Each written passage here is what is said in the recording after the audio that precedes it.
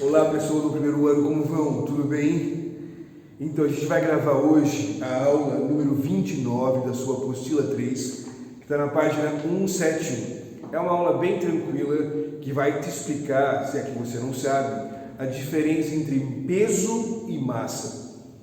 Peso e massa são conceitos diferentes. Só que no dia a dia, quando a gente fala, é comum que a gente confunda. A pessoa pergunta o seu peso e você responde a sua massa. Por exemplo, qual é seu peso aí? Aí o cara fala, meu peso é de 50 quilogramas. Não, a sua massa é de 50 quilogramas. O seu peso é a força que a sua massa está recebendo da Terra. Para que a gente possa então entender essas diferenças, fiz um desenho aqui, nosso amigo Fredão na balança, porque uma balança mede massa. Então, quando você vai numa balança, você não vai se pesar, você vai se massar. E a balança vai indicar, então, quantos quilogramas, naquele instante miserável da sua existência, você está. Devido aos acúmulos da vida, essa massa costuma crescer ao longo do tempo.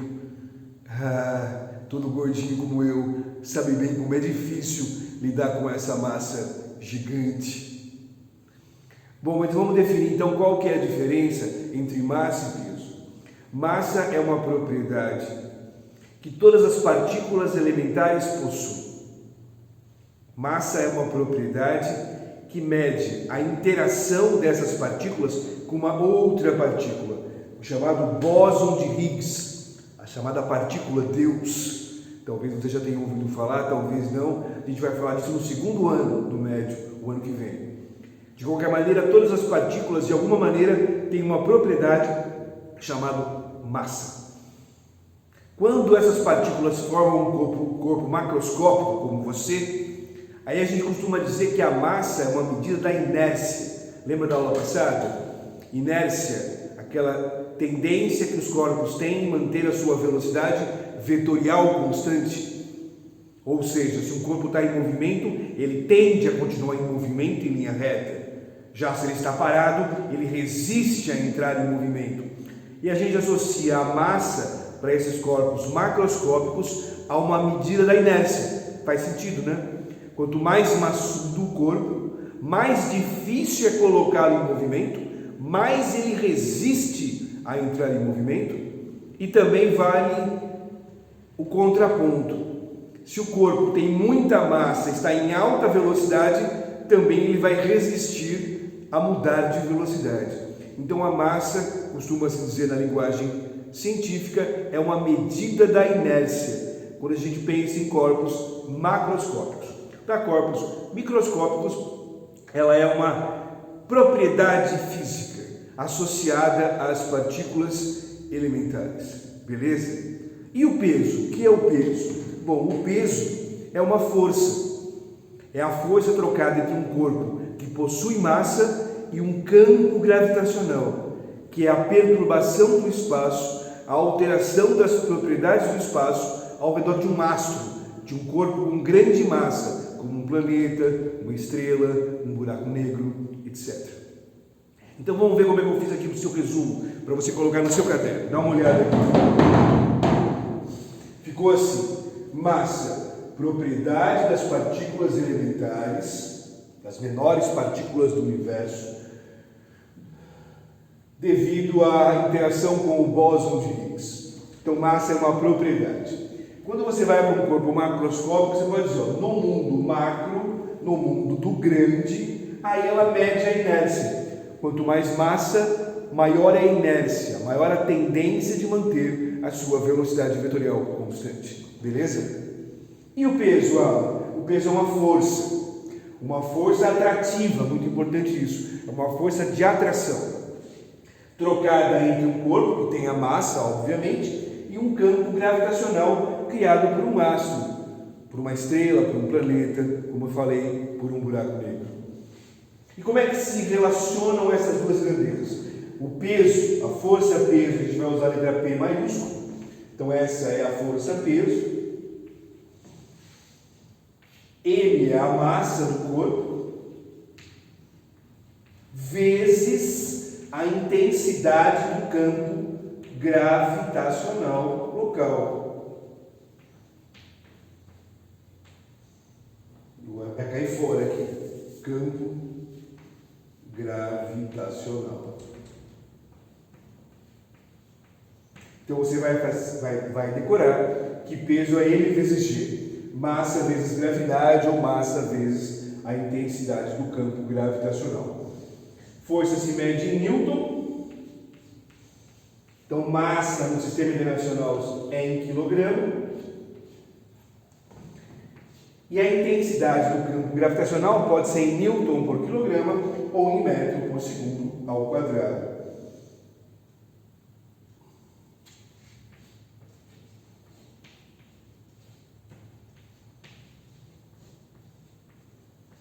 Muito bem. Então essa é a parte teórica dessa aula. Como você pode ver, ela é bem simples. Não confunda massa com peso. Agora vem um texto aí, eu vou ler junto com você, e a partir desse texto a gente vai responder os exercícios rapidamente. O texto a seguir foi adaptado do livro 2001, Uma Odisseia no Espaço, do grande visionário Arthur C. Clarke, que fez várias previsões que acabaram depois se confirmando no nosso dia a dia miserável. Vou direto ao texto. Um dos atrativos da base lunar e da Lua em geral era a baixa gravidade, produzindo uma sensação de bem-estar generalizado. O campo gravitacional na Lua é 1/6 do campo da Terra. Então lá você é atraído 6 vezes menos. Você se sente menos atraído, portanto mais leve. Não que você tenha perdido massa, é que lá o seu peso é menor. Como lá o G é menor, seu peso será menor e você se sentirá mais leve. Muito bem. Uma vez na Lua, o corpo humano via-se obrigado a adquirir toda uma série de reflexos. E pela primeira vez era obrigado a distinguir peso e massa. Por quê? Um homem de massa 90 kg pesa na Terra aproximadamente 900 newtons, porque o G na superfície da Terra é de 9,81. Então a gente pode arredondar para 10 e dizer que um corpo de massa 90 kg vezes um G de 10 vai sofrer uma atração gravitacional na Terra de 900 newtons. E ele diz o seguinte: esse homem, para sua grande satisfação, descobre que seu peso na Lua é de aproximadamente 150. Como lá a gravidade é 1/6, você vai ter aí 900 dividido por 6, o que dá 150 newtons. Então ele se sente como se ele tivesse uma massa de 15 kg. Então imagina uma pessoa de massa 90, de repente se sentindo como se estivesse com 15 kg. Ele vai sentir uma leveza muito grande. Bom, segue o texto. Enquanto se desloca em linha reta, com velocidade constante, experimenta uma sensação maravilhosa, como se flutuasse. Mas, assim que ele resolve alterar o seu curso, virar esquinas ou parar subitamente, percebe que seus 90 kg de massa ou inércia continuam presentes, pois a massa do corpo é fixa e inalterável, tanto na Terra como na Lua. Ou seja, ele se sente mais leve, mas ele continua com a mesma massa. Aí na hora que ele tenta mudar de direção, ele continua com 90 kg, ele continua com a mesma inércia. Então ele pode acabar, ao se deslocar, caindo sozinho no chão, calculando mal a força necessária para frear e batendo a cabeça num poste, por exemplo, se é que existe um poste na Lua, aqui no livro do Clarke. Voltando para o texto. De modo geral, esse fato somente era compreendido pelo cara que veio da Terra após algumas colisões e alguns apertos de mão demasiadamente violentos. Os antigos habitantes da Lua procuravam manter distância dos recém-chegados até que eles estivessem aclimatados, até que eles entendessem a diferença entre massa e peso. Na Lua, o seu peso mudou, mas a sua massa, a sua inércia continua a mesma. Vamos então responder os exercícios dessa aula, que são 4. Vamos lá. Primeiro exercício: resolva as questões usando o texto. Sobre a massa de um homem, podemos afirmar que... Bom, deixa eu apagar aqui. A gente vai então gabaritar os exercícios dessa aula. Vamos lá, não desista, pé de pano. Vamos lá. Acorda aí, meu. Sobre a massa do homem, podemos afirmar que vale 90 kg na Terra, na Lua ou em qualquer lugar do universo, inclusive em um local sem gravidade. Essa é a alternativa A e essa é a alternativa correta. A massa não depende de onde eu estou. Não adianta você ir para a Lua e achar que você vai emagrecer. Não vai, animal! Não vai! Você vai pesar menos, mas vai continuar rechonchudo igual, com a mesma massa. Então, alternativa A correta. Questão 2. Se o G da Terra está fornecendo o campo gravitacional terráqueo é de 10 newtons por quilograma,